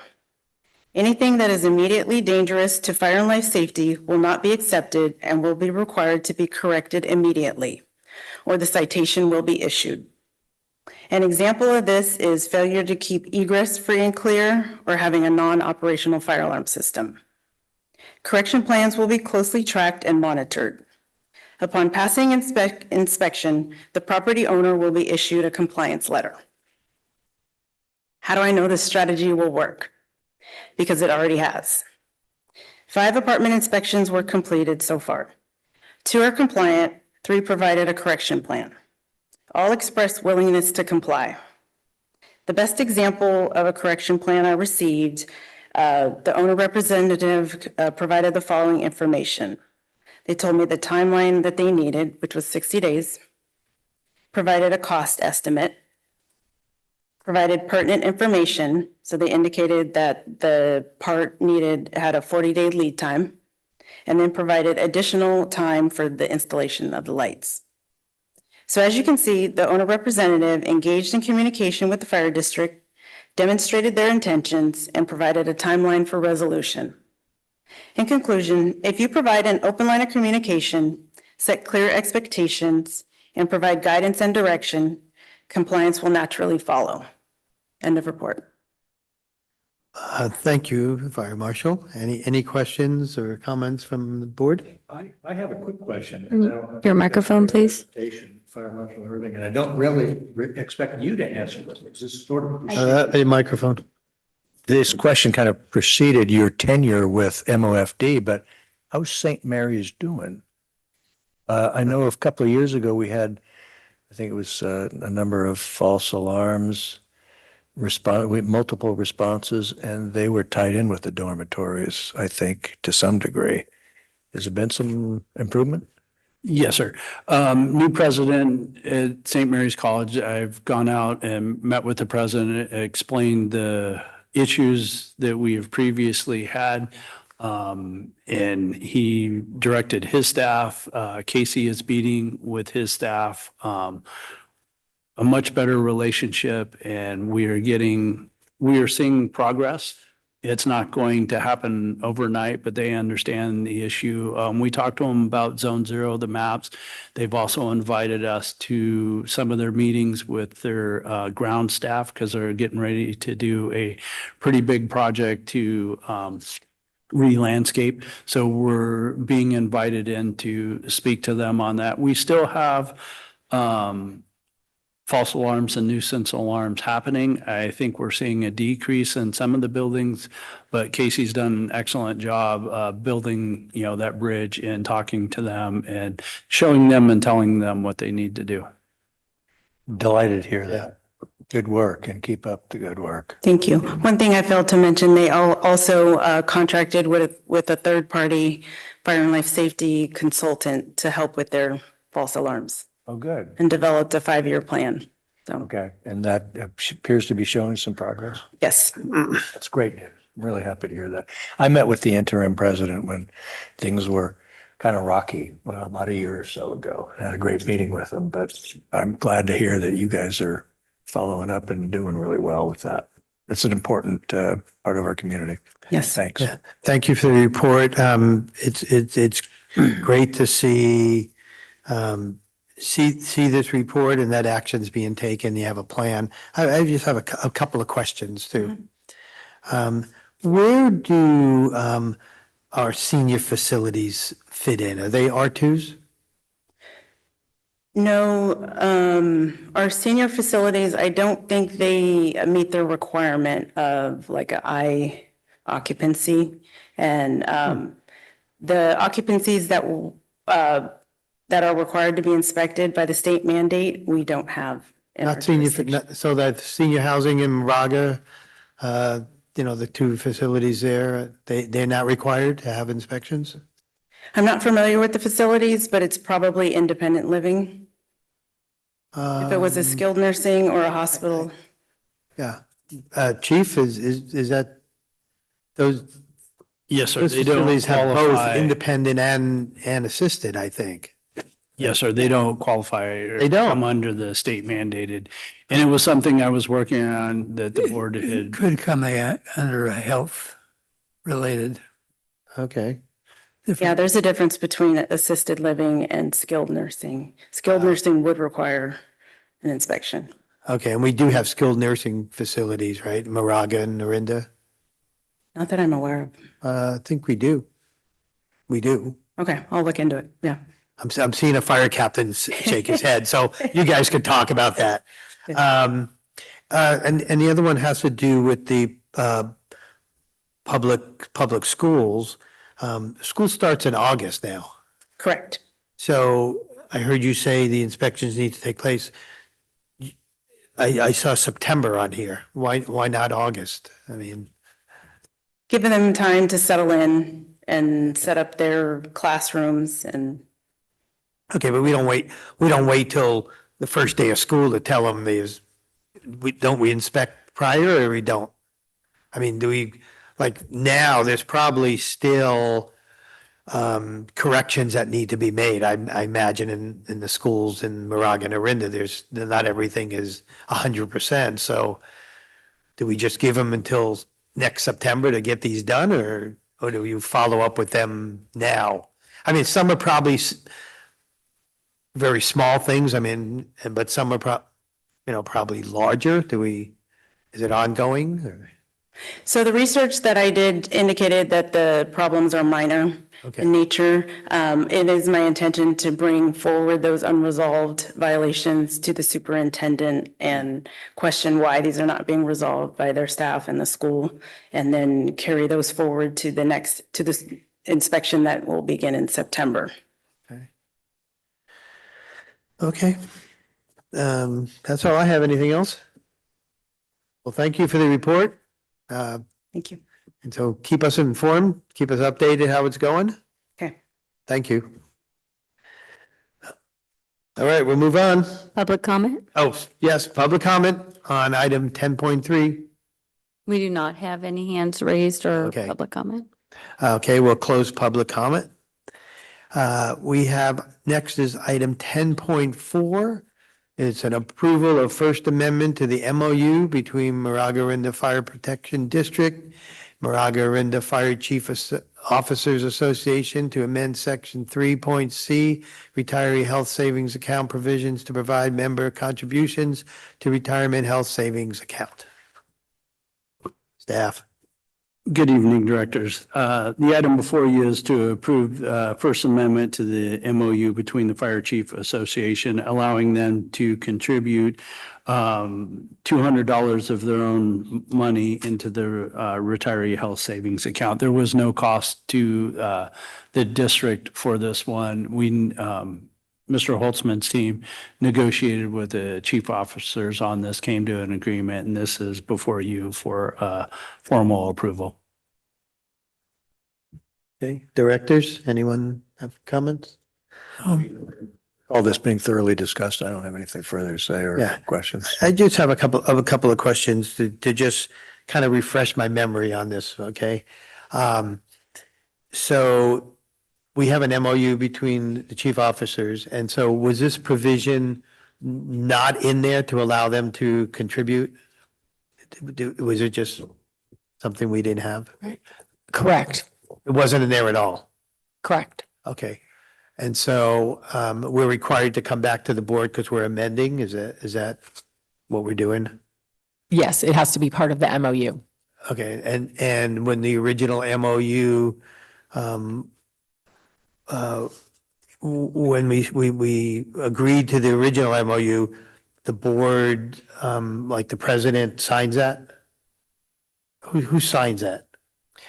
No, the president does not. It's the- So I'm just asking, why does it have to come back to the board? Did we approve the original MOU? You approved, yes, the board approved the original MOU. And so the issue was, I believe this had been an issue during the negotiations, right? And but I guess it bubbled up after. Is that what happened? Right, it was not brought up during negotiations, it was after. It was after. So the issue was, meant a lot to them. Obviously, it's a zero cost item to the district. And so, and it again, at least one member of that group, there are only three of them, it's a very small group, felt very strongly about doing this. So we brought it forward. We were originally going to do it as a side letter, but as I looked at it, I realized it actually changes the terms of the MOU, so it needed to be in the MOU. Okay, and we only have three members of this group and they all have to participate. Is that correct? That's right. This is a required participation. Okay. Okay, any other comments from the board? Okay, let's open it for public comment, item 10.4. And we do not have any hands raised or public comment. Okay, I'll close public comment and ask for a motion. This is Director Romer. I will, we don't have to waive anything, right? We just need to approve the First Amendment to the MOU between MOFD and the Fire Chief Officers Association to amend Section 3C Retiree Health Savings Account provisions to provide member contributions to retirement health savings account. I second the motion. We have a motion and a second. Director Jex, Aye. Director Romer, Aye. President Hassler, Aye. Chair Danziger. Aye, motion carries. Item 10.5 is approved resolution 25-03, revising the rules and procedure for board meetings and related functions and activities, or consider providing direction to staff. Good evening, directors. At the March 19th regular board meeting, the Board of Directors directed staff to prepare amendments to Resolution 2402, the rules and procedures of board meetings. So there were two areas that the board gave direction on. One, we were trying to move the meeting times up, and staff worked with the city of Orinda, and we found that just we couldn't do that. So that wasn't an option for us. The second amendment was changing language on the presiding officer, whether that person needed to be remote or they had to be in person. And the board gave us some direction just to put some varied language in there, you know, that it's up to the board's discretion to talk about it. And how they would want to run each meeting, whether the presiding officer was in person or remote. So those changes have been made to the resolution, and some also little cleanup items that the district clerk, as she was going through this, made some minor edits to it. Okay, so I have a question, because maybe my memory is not serving me well, but my recollection is that my position, and I thought the board's position, was that it was not going to be mandatory, but it was going to be suggested that that would facilitate board meetings. But when I see the word shall in the language, that sounds mandatory to me. Am I misreading that? Where are you at, sir, in the document? In presiding officer 3.1, in the event the board president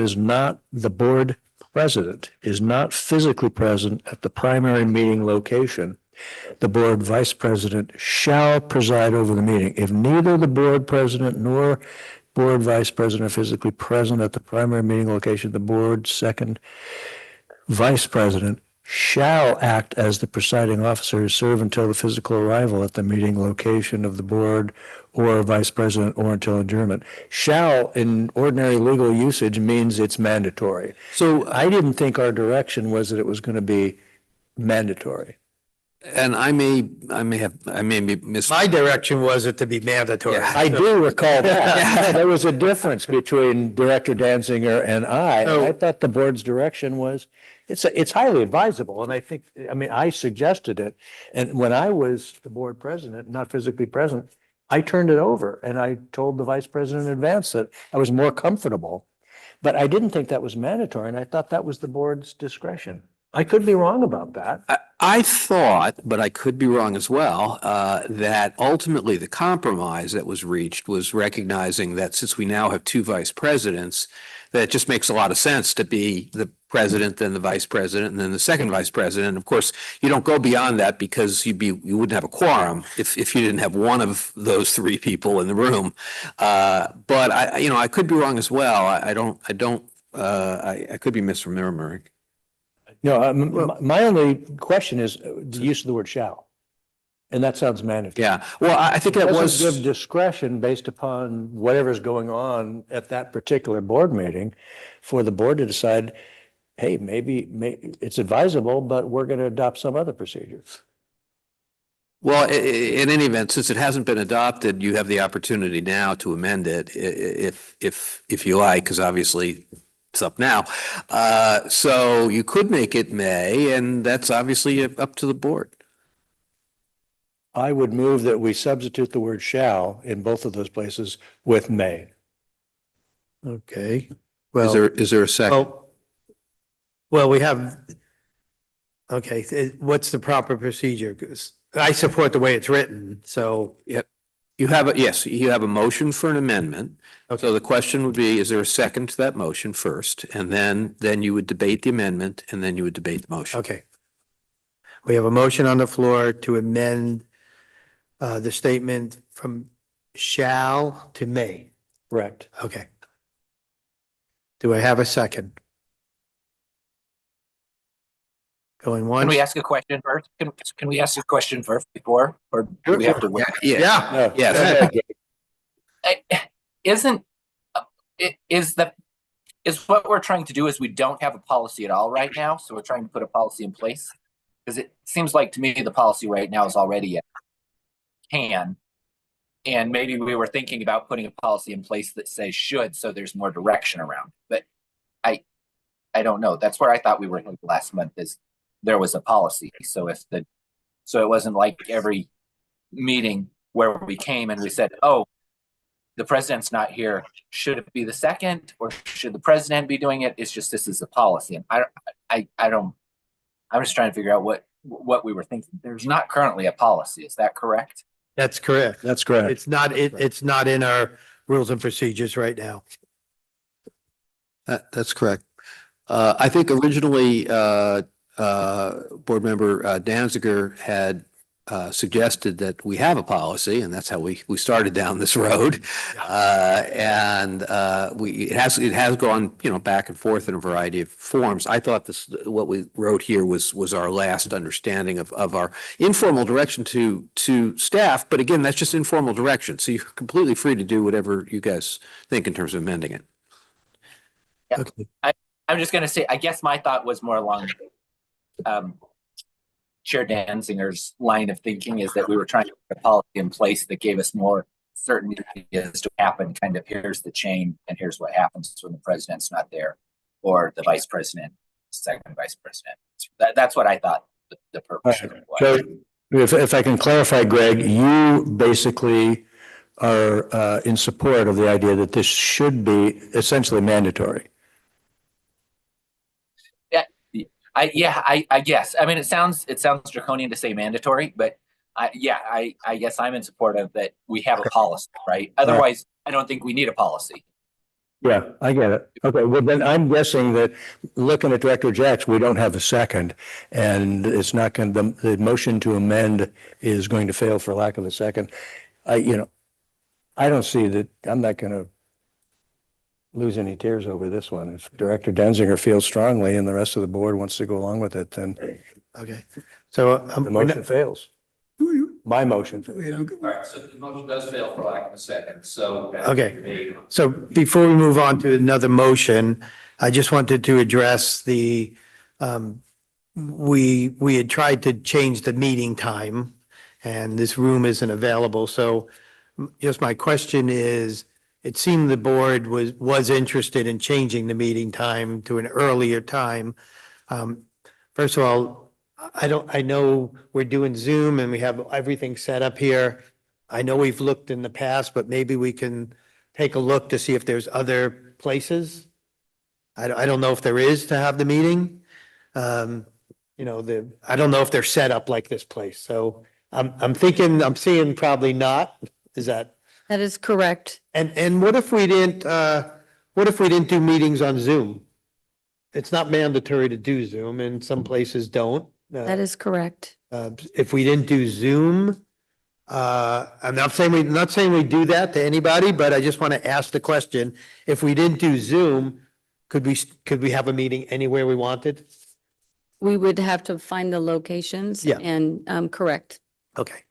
And what if we continued to do Zoom, but did not allow participation by people who are on Zoom?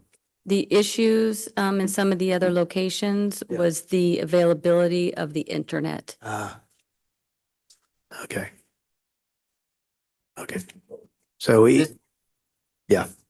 Oh, this is Director Hessler. Sorry, I had a question, but I can wait if you're not done, Director Danzinger. Okay. Okay, so Is it possible? I know we talked about maybe there's not a place right now. Could we still adopt or have the flexibility to start the meetings earlier, even though maybe scheduling doesn't allow? I'm just curious as if, the thought's dead just because right now the city of Orinda says it's not possible. And, once again, I'm not sure why, or if a year from now it would be possible if we scheduled a year out for the time. Or is this something that should just be, no, the answer is no. So we're not going to give ourselves the flexibility to meet at a different time or earlier. yeah, I just wonder if it's a month by month. I mean, maybe is it possible that this room could be available on certain months and not other months? Or did the city of Orinda just say, no, you can't do it? The city of Orinda stated that the use of the library, the auditorium, and the garden room, which is behind us, is frequently reserved by the public. So this is a very high demand facility. Okay. And so that was the purpose. And so right now we mirror the timeframes as the council, because the city council meets the day before us. Yes. So the room's, established and set up. And so we're able to slide it into this meeting space. Understood. Okay. All right. I guess we're staying where we are for now. Okay. Let's open up for public comment. Item 10.5 on our rules and procedures. And so we do not have any hands raised or public comment. Okay, we'll close public comment. And so, does anyone want to make a motion, or I will do it? Why don't you make? Okay, I'll make a motion that we approve resolution 25-03, revising the rules and procedure for board meetings and related functions and activities. Period. Second. Yeah. Okay, we got a second. Director Jex? Aye. Director Romer? No. President Hassler? Aye. Chair Danziger? Aye. Motion carries. Okay, next is item 10.6. It's the approval of Amendment 1 to employment agreement between Moraga-Orinda Fire District and Jeff Isaacs for position of the fire chief. And we'll just give it a minute here. Yeah, Mr. Isaacs is leaving. Okay. Podium. District Council. Okay, so the proposed amendment to Chief Isaac's contract would be to do essentially three things.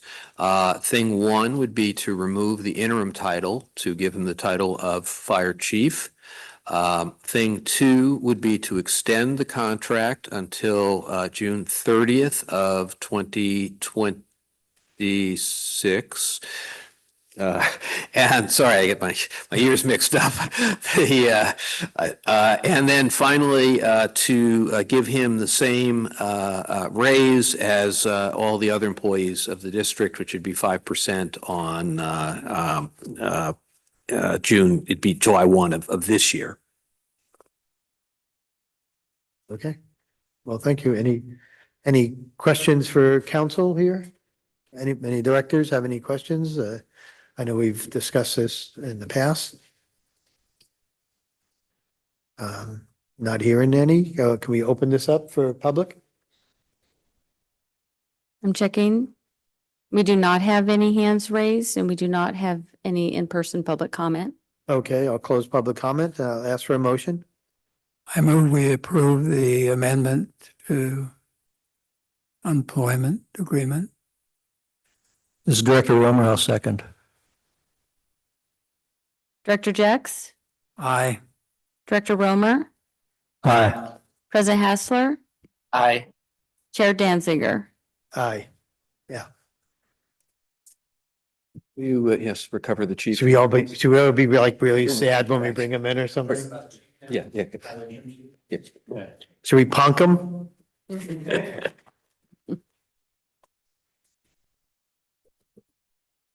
I don't know that he plays poker, does he? I think he's capable of being. Should we give him a hand when he comes in? What? Should we give him a hand?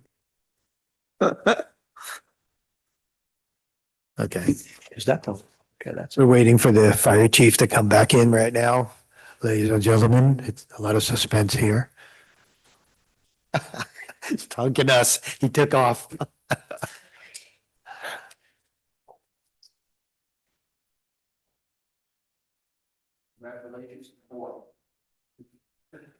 Chief? We just voted to remove the interim title from your position. You are now the fire chief. Thank you, sir. I guess council can tell you what else we did, but congratulations. Okay, that one's done. So let's move on to item 11, committee reports and the standing audit committee, 11.1. The audit committee will be meeting prior to the board meeting in May. Okay. Great. And item 11.2 is the ad hoc committee joint fire prevention with the city of Orinda. We call that the 2x2. Director Jorgens and I met with the mayor of Orinda and council member G on April 14th. It was a productive meeting. And we discussed cooperation between us. We discussed the upcoming meeting on April 30th, the fair that they're having on May 17th. I think it's a good forum. We had members of the public there who had questions, and I thought it was there was a lot done, and I thought it was a good communications, and I'd kind of like to see something like that happen with Moraga as well. So, anything else to add, Chief? Chief was there, gave presentations. Yes, sir. I just wanted to say I met with the town manager yesterday, and there may be some interest from Moraga to potentially join that 2x2 or to create their own with us. Okay, great. And item 11.3 is the ad hoc committee on Station 45. We do have a meeting scheduled coming up and by the end of the month, right? I don't have the date, but you probably know. Scheduled on April 30th. 30? April 30th. April 30th. Okay, April 30th will be our next meeting. Okay, we'll open public comment on committee reports 11.1 through 11.3. We do not have any hands raised or public comment. Okay, I'll close public comment. Item 12 is requests for items on future agendas. Anything? Okay, hearing none, I'll close. I'll ask for public comment on item 12. And there's no public comment. Okay, we'll close public comment. Okay. Look at this.